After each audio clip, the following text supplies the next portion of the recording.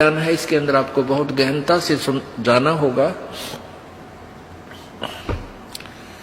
अब क्या बताना चाहते हैं? अब कबीर परमेश्वर का ज्ञान गरीबदास जी बता रहे हैं। सार वस्तु तो अंदर लीनी, सुकच मीन को दीक्षा देनी, सुकच मीन मिलती ना भाई, स्वाति सीब सब ऐड़ी जाई। सुकच मीन की टक्कर लागे, जब मोती सो है गल धागे, खारा नीर गंध हो जावे है, दो पड़ खुले कौन चितावे। सुकच मीन सतगुरु जल माही, स्वाति सीप का मेल कराही, ऐसे सतगुरु मिले जिज्ञासी, जद पावे वो पद अविनाशी। सुकच मीन सतगुरु हो आया, जिन ये भेदी भेद बताया, क्रम कुसंगति खारा नीरा, मोती खंड होत नग हीरा, बैरागर धम गिरती पावे, चलता हीरा तुरत लखावे, धम गिरती हीरे को जने, यो सतगुरु लावे चोट निशाने। अभी आपको बताया था कि एक सीप होती है, और सीप जब उसमें मोती बनने की एक प्रेरणा बनती है तो वो ऊपर आ जाती है, उसको प्यास लगती है, वो समुद्र जल ग्रहण नहीं करती, वो समुद्र के ऊपरली सतह पर आ जाती है समुद्र के, और ऊपर से वर्षा जब हो रही होती है उस समय उसका मुंह खुल जाता है। जिस हो रही हो तो खुला हो, तो उसमें वर्षा हो रही हो तो उसमें से वो बूंद ग्रहण करते, उसको स्वाति बूंद बोलते हैं, स्वाति। और उसको फिर वो मुंह बंद हो जाता है, उसके अंदर मोती बनना शुरू हो जाता है। मोती बनते बनते क्या होता है, फिर उसका दोबारा मुंह खुलना शुरू हो जाता है स्वाति सीप का, और उसके ऊपर एक मांस का एक पर्दा सा छा जाता है। मोती के स्वाति के ना उस सीप के मुंह पे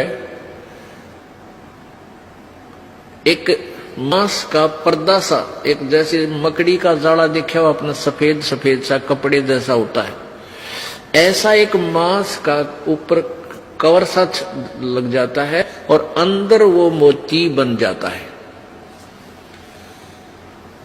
अब मोती स्वाति भी मिल गई और सीप भी है। अब क्या बताते हैं कि जब वो मोती परिपक्व हो जाता है अंदर, तो उस सीप के अंदर से एक विशेष महक आनी शुरू होती है मांस की, पके हुए जैसे मांस की। तो एक बहुत ही पतले से मुंह की एक मछली होती है, पतले से, उसको सुकच मीन बोलते हैं। पतला सा मुंह, पेन कैसा हो उसका मुंह, तो वो क्या करती है, मांस खाने के उद्देश्य से उस सीप के, उस मांस का कवर के ऊपर पर्दा सा होता है, उसको खाने के लिए उसमें टक्कर मारती है, उसको खाना चाहती है। वो लगते ही वो पर्दा सा फट जाता है और मोती उसमें से निकलकर समुद्र में गिर जाता है। अब क्या बताते हैं, कितना गहरा ज्ञान है इस दो अक्षर में, दो लाइनों में। सार वस्तु तो अंदर लीनी, सुख जमीन को दीक्षा देनी, सुख जमीन मिलता ना बाही, स्वाति सीप सब ऐड़ ही जाही। सुख जमीन की टक्कर लागे है, जब मोती सो है गल धागे।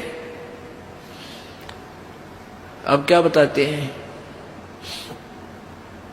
मनुष्य जीवन भी आपके पास है और सतगुरु भी मिल गया अपने आपको, सही मंत्र भी मिल गया, और यदि सारनाम नहीं मिला तो भी आपका यो मंत्र भी और आपका जीवन भी दोनों व्यर्थ, जो पहले दूसरे द्वितीय मंत्र तक। अब कहने का भाव ये है कि जैसे वह मोती सीप तो समझो शरीर है, और स्वाति समझो मंत्र आपको मिल गया सतनाम, और मोती बन गया। और सुख जमीन मिलता ना भाई, स्वाति सीप सब ऐड़ ही जाए। सार नाम आपको नहीं मिला और आखिरी सांस तक आपकी इसके अंदर श्रद्धा, पूरे गुरु जी में श्रद्धा, यानी आखिरी सांस तक इसकी जाप नहीं किया। यहां एक उदाहरण दिया है कि यदि ये सार नाम आपको नहीं मिलता तो तुम्हारा ये सतनाम तक की कमाई भी और आपका ये जीवन भी व्यर्थ जाता। व्यर्थ का तात्पर्य ये, क्योंकि यहां एक विशेष ध्यान से सुनने वाली बातें हैं, घबराना नहीं।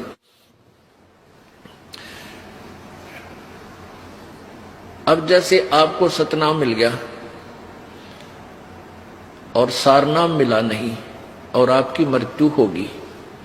पहली बात तो यह है कि परमात्मा उस प्राणी की मृत्यु नहीं होने देगा। कबीर भगवान के हाथ में पूरी कलम है। जमजो राजा से डरे मिटे कर्म के लेख, अदली अदल कबीर है, असल कबीर है ये कुल के सतगुरु एक। ये नहीं आपके जीवन नहीं जाने देंगे, पूरा काम करके और तब आपको यहां से फारिग करेंगे। ये इनकी समर्थता है। और जो बकवाद करते हैं, नाम भी ले रहे हैं, सही ठिकाना यानी सही श्रद्धा से नहीं है, वो जा भी सकते हैं, वो फिर परमात्मा उनको पकड़ नहीं करता। भक्ति भी करते हैं, श्रद्धा ठीक नहीं है, पूरी नहीं बन पाई है, तो मृत्यु भी हो जाएगी। तो उनको फिर वैसे तो व्यर्थ हुआ क्योंकि सारनाम मिला नहीं, लेकिन फिर भी वो ऐसा व्यर्थ नहीं होगा जैसे औरों का होता है। उन अन्य साधकों से चाहे 1000 वर्ष तक तपस्या और अन्य पूजाएं करके चले गए, उनसे भी आपका जो मंत्र की कमाई है वो असंख्य गुना घनी आपके पास है। न जाने कितने दिन स्वर्ग में रहोगे या कहीं और दूसरे लोकों में राजा बन जाओगे, तो ये व्यर्थ है गया, यानी जो उद्देश्य था वो पूरा हुआ नहीं। अब ये एक उदाहरण देना चाहते हैं आपको गहराई से समझाने के लिए। जिनको ये तीनों नाम प्राप्त है वो प्राणी के लिए ये चैप्टर आज चल रहा है। सुकच मीन मिलता ना भाई, स्वाति सीब सब ऐल ही जाई।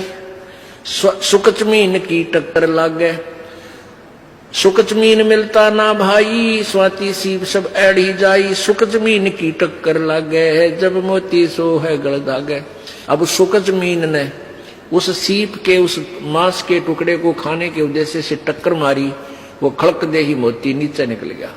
तब वो मोती निकाला गया गोताखोरों के द्वारा और फिर उस मोती की कीमत हुई, फिर वो सीने पर आकर सुशोभित हुआ। परमात्मा हमें बताना चाहते हैं